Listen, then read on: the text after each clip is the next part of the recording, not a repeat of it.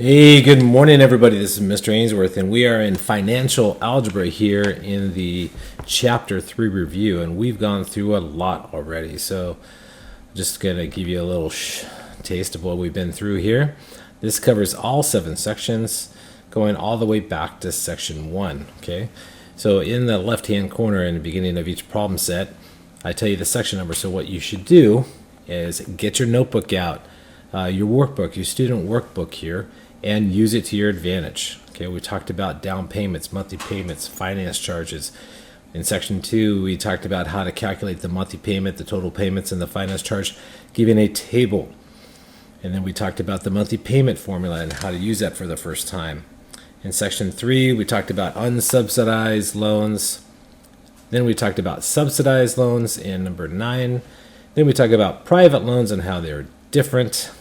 And then we talked about in section 3.4 how to calculate a term, okay, the number of years of a loan given, let's say, a maximum monthly payment and a percentage rate. Oh, and a principal too, of course. And then, let me see, we talked about linear regression. I used Desmos for this, and I talked about linear, quadratic, cubic regression.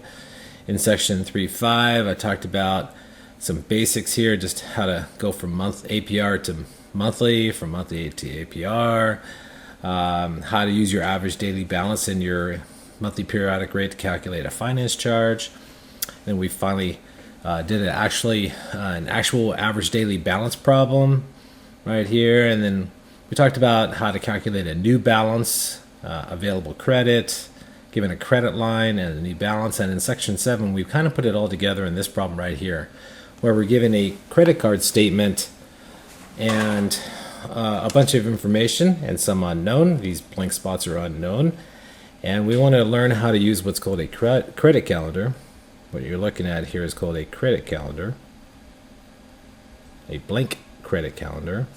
And to keep track of your daily balances so you can figure out your average daily balance, so you can figure out your finance charge, so you can calculate your new balance, and so therefore you can calculate your credit line, or your available credit, excuse me. All right, so credit calendar, it keeps track of your daily balance. That's why we use it. So it keeps track of your daily balances, and that's why we use it. All right, so let's read the statement here, and let's check out what's going on. Okay, so the first thing we do as well, let's read the questions actually. So what amount should be in the box for the payments and credits? So we got to figure that out because we don't know what it is. We don't know what the total transactions are. We got to calculate the finance charge, which has to do with what's called an average daily balance. And then we got to, after we do all of that, then we got to figure out a new balance, okay? And we also have to figure out the monthly periodic rate given the APR. So there's a lot of things unknown here that we need to figure out. So the first thing we ought to do,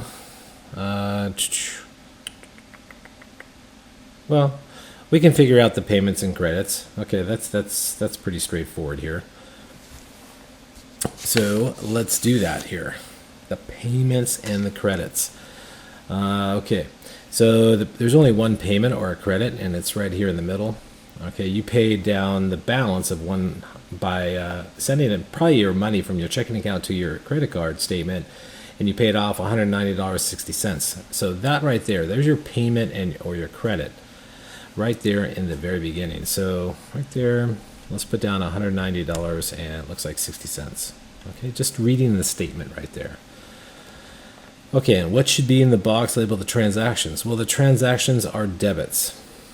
Okay, and so what we need to do is figure out that total. Okay, so the transactions, debits, if you will, charges, okay, are through here. So you went to the pastry shop and spent $27.68 and so on.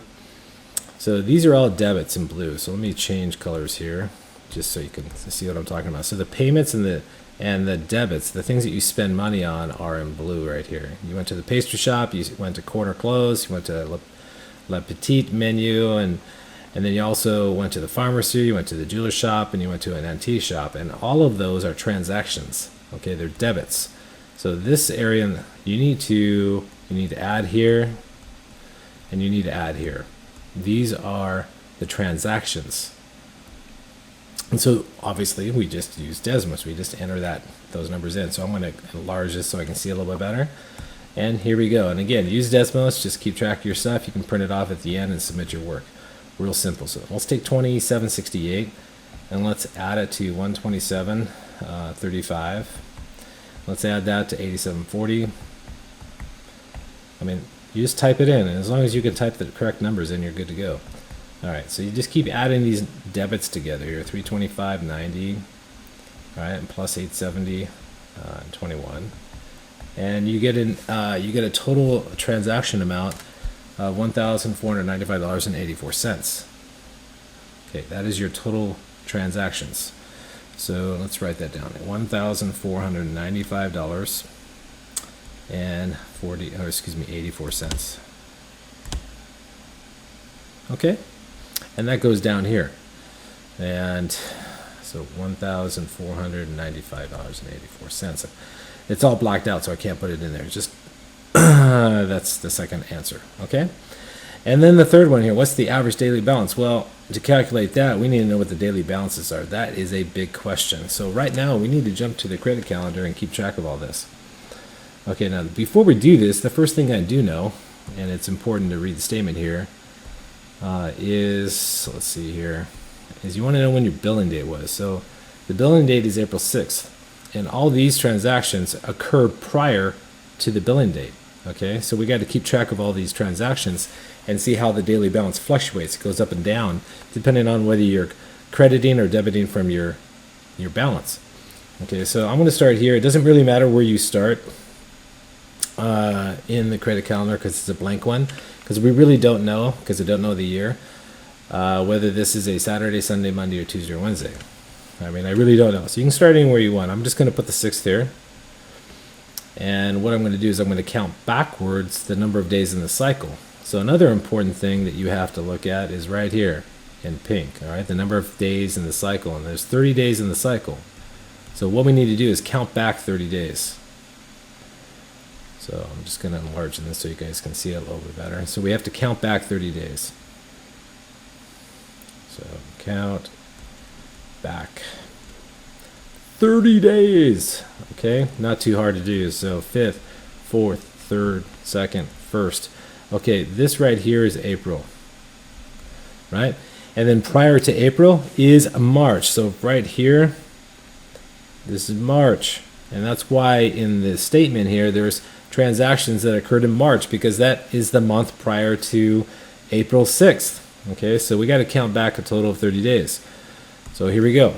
Now March has 31 days total, so you got to keep that in mind. So 31 days in March. 31 days total in that month. And each month is different. Some days, or some months like February has 28 days. Some months have 30. Well, March has 31, so this is actually the 31st. So you got to keep track of it properly.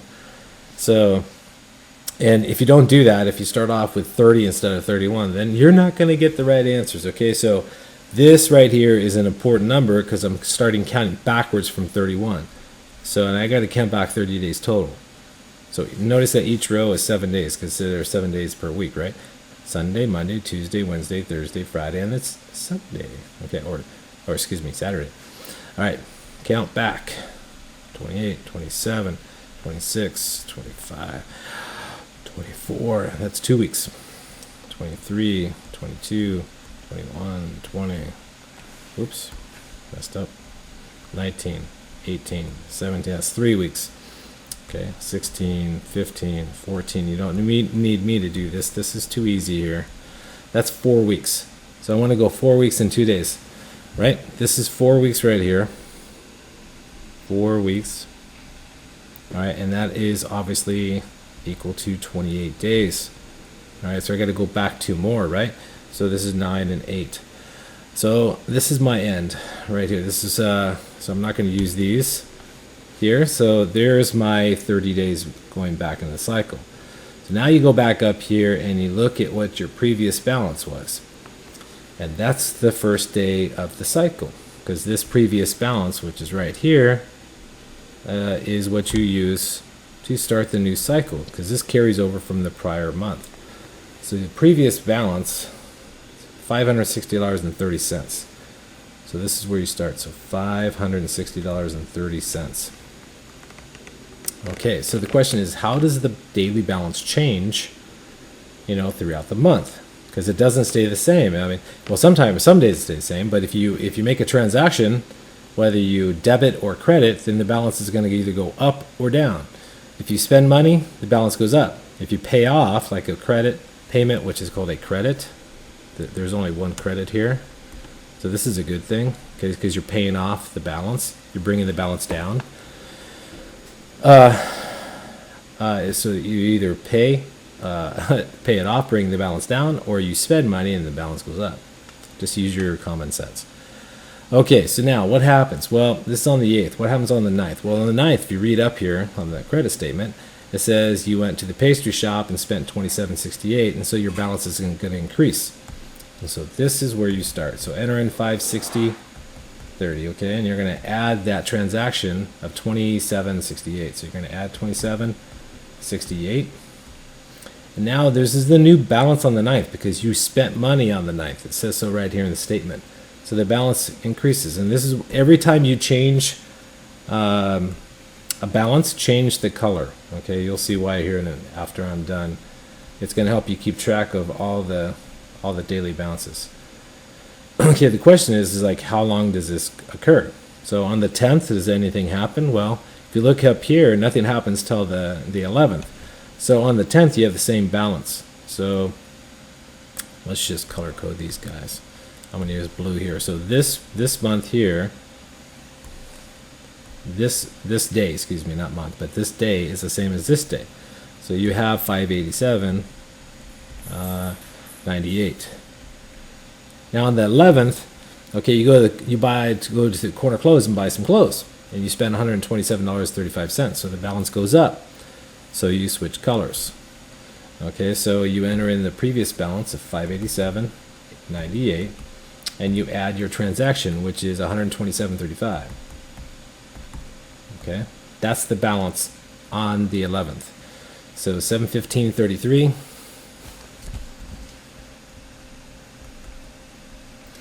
Okay, now you don't spend anything until the 16th. So this balance stays the same until the next transaction date of 16th. So it stays the same all the way through here. So let's just jot it in here. 715.33, 715.33, 715.33, 715.33. It doesn't change because you didn't buy anything on the 12th, 13th, 14th, and 15th. You bought something on the 16th, and that's where the balance is going to go up. Okay, so how much? I don't know. Well, I do know. I spent $87.40, so it's going to increase. So 715, we're at 715.33. On the 16th, we spend $87.40, so we add $87.40. Now on that day of the 16th, it increases. As soon as you spend money, it increases that day. It changes. So your average daily balance changes as you spend money. Okay, and this is going to remain the same all the way up until the 21st, because on the 27th, it's going to go down because you're going to make a credit. Okay, you're going to pay down your balance. Okay, so let's switch colors here. So this balance of 802.73 is going to remain the same until the 22nd. Okay, so let's repeat that. So 802.73, 802.73. 802.73, 802.73, 802.73. It only changes when you make a transaction. So if you credit your account and you pay down your balance, it's going to go down. If you spend money, it's going to go up. All right, just use your common sense a little bit. So now at this point, we're paying it down. So we enter in 802.73. We subtract this credit of $190.60. Don't ask me why there's 60 cents there, but that's the way it is. Now you're down, the balance went down because you paid off your credit card. You paid off $190.60. So now you're at 612.13. So we switch colors. So let's switch to blue. Okay. Oh, purple. Purple's good. Okay, so we're at 6, 12, 13, 6, 12. Oh, and then how far does it continue? Well, it continues all the way up to the 26th. Okay, so it's going to continue all the way to the 26th. Right to here. All the way to there. Okay, because on the 26th, you spend money again. Okay, so let me get my colors again. Okay, there we go. So 6, 12, 13, 6, 12, 13, 6, 12, 13, 6, 12, 13. Okay, now. I made a mistake. No, not that. There's one too far. That doesn't happen. So on the 16th, it changes. So it only continues up to the 25th. That's what I meant.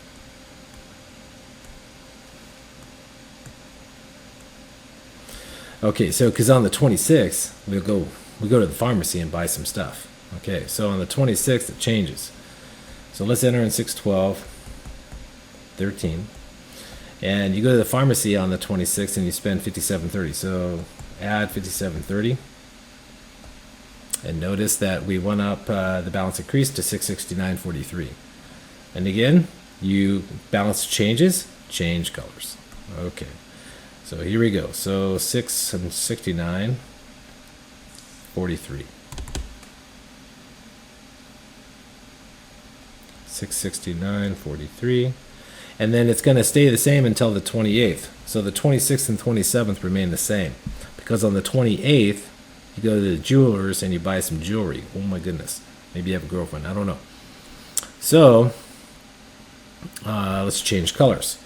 So these two dates are going to be the same because, again, the balance only changes when you make a transaction. And that happens on the 28th. So something new happens right there. So on the 28th, you spend more money. All right. So you're at $669.43. On the 28th, you go to the jewelers and you spend a lot of money. You spend $325.90. All right. So now you're at $995.33. So switch colors again. So let's just do red here. All right. So you're up to $995.33, and that's going to stay the same all the way to April 4th, up to April 4th. So really all the way through April 3rd.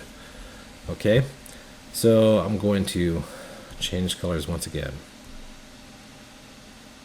Okay, so this balance here is going to go all the way to April 3rd, or through April 3rd, because on the 4th it says that we go to antique shop.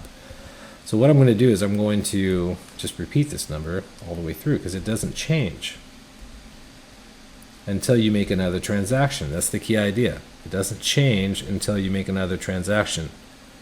So it stays the same here. And this number here affects the average daily balance, which affects your finance charge.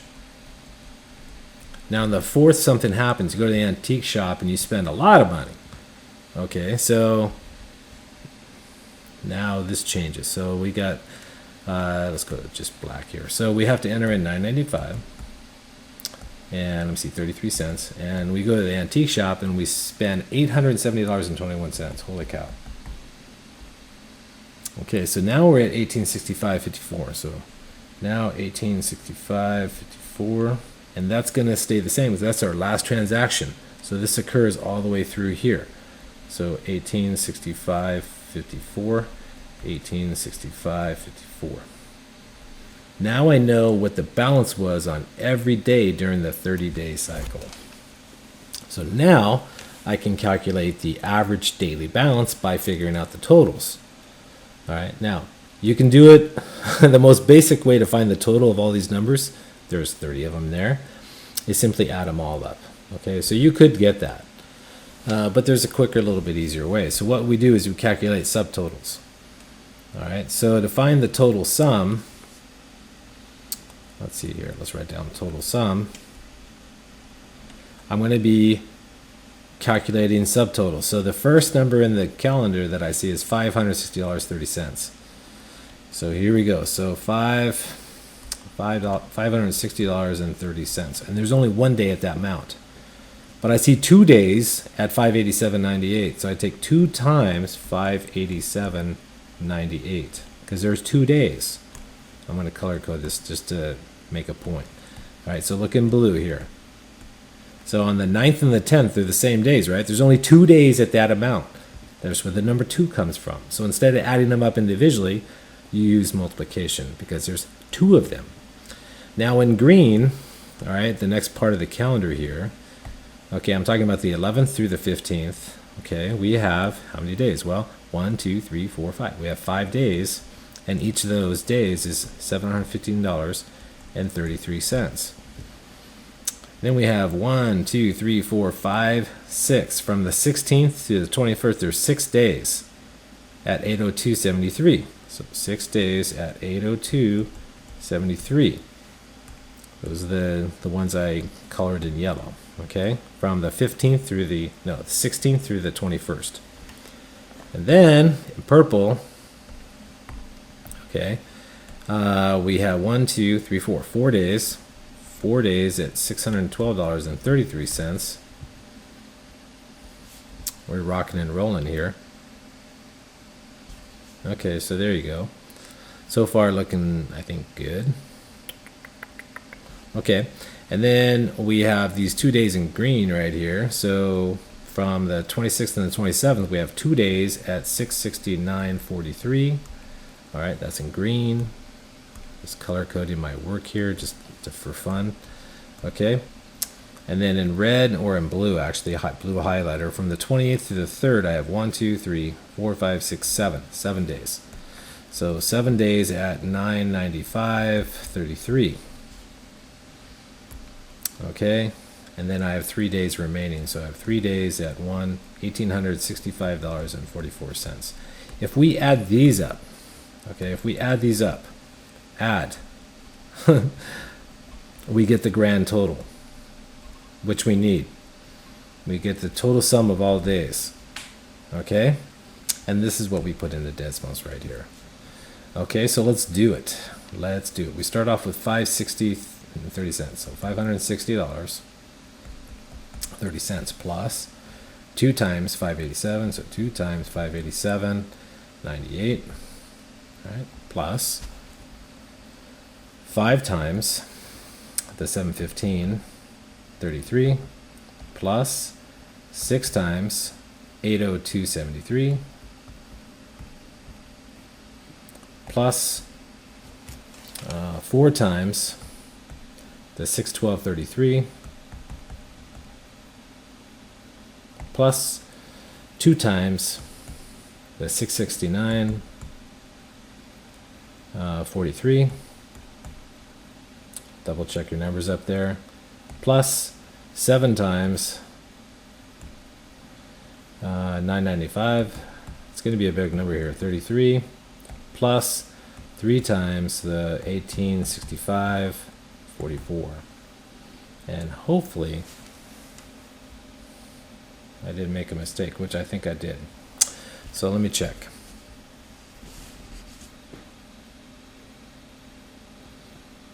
Yeah, I entered something incorrect here. So let me check. I made a little mistake. So when you do this, because obviously I've done all this before, you want to check your entries. And it is so easy to make a little mistake. So 560.30, that's correct. 2 times 587.98. 5 times 715.33. 6 times 802.73. We're right here. Just use your right arrow key. 4 times 612.33. Oh, there's my mistake right there. Okay, it's supposed to be 13. That's my mistake. So I'm going to change that to 13. This will happen to you. So right here, it should be 612.13. I wrote down 612.33. That was a mistake. So it changes to 1 right here. Okay, and then let me just keep checking here. Let's see, 2 times 669.43. And then 7 times 995.33. And then 3 times 1865. Oh, shit, look at that. I put 44. It's supposed to be 54. I made two mistakes. So look at this, in my credit calendar it says 54, I put 44. So right here, this should be a 5.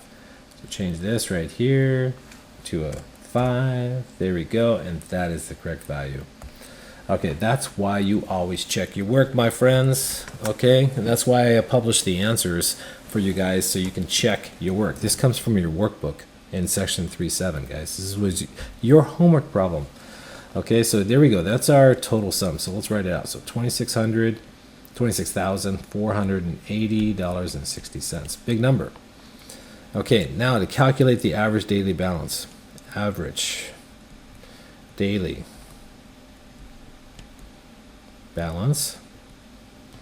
Okay, the way you do that is you calculate the total sum of all the days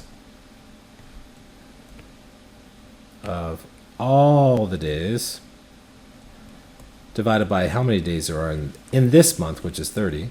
So for us, it's 26,480 and 60 cents divided by 30.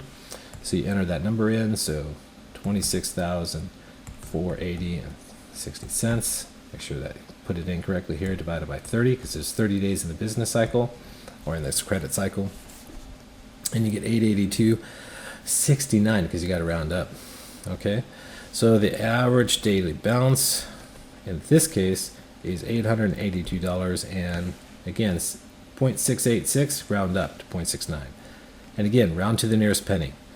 So that is the third question here. So this, if we call this A, this B, okay, C, D, E, and F. Okay, that's part C.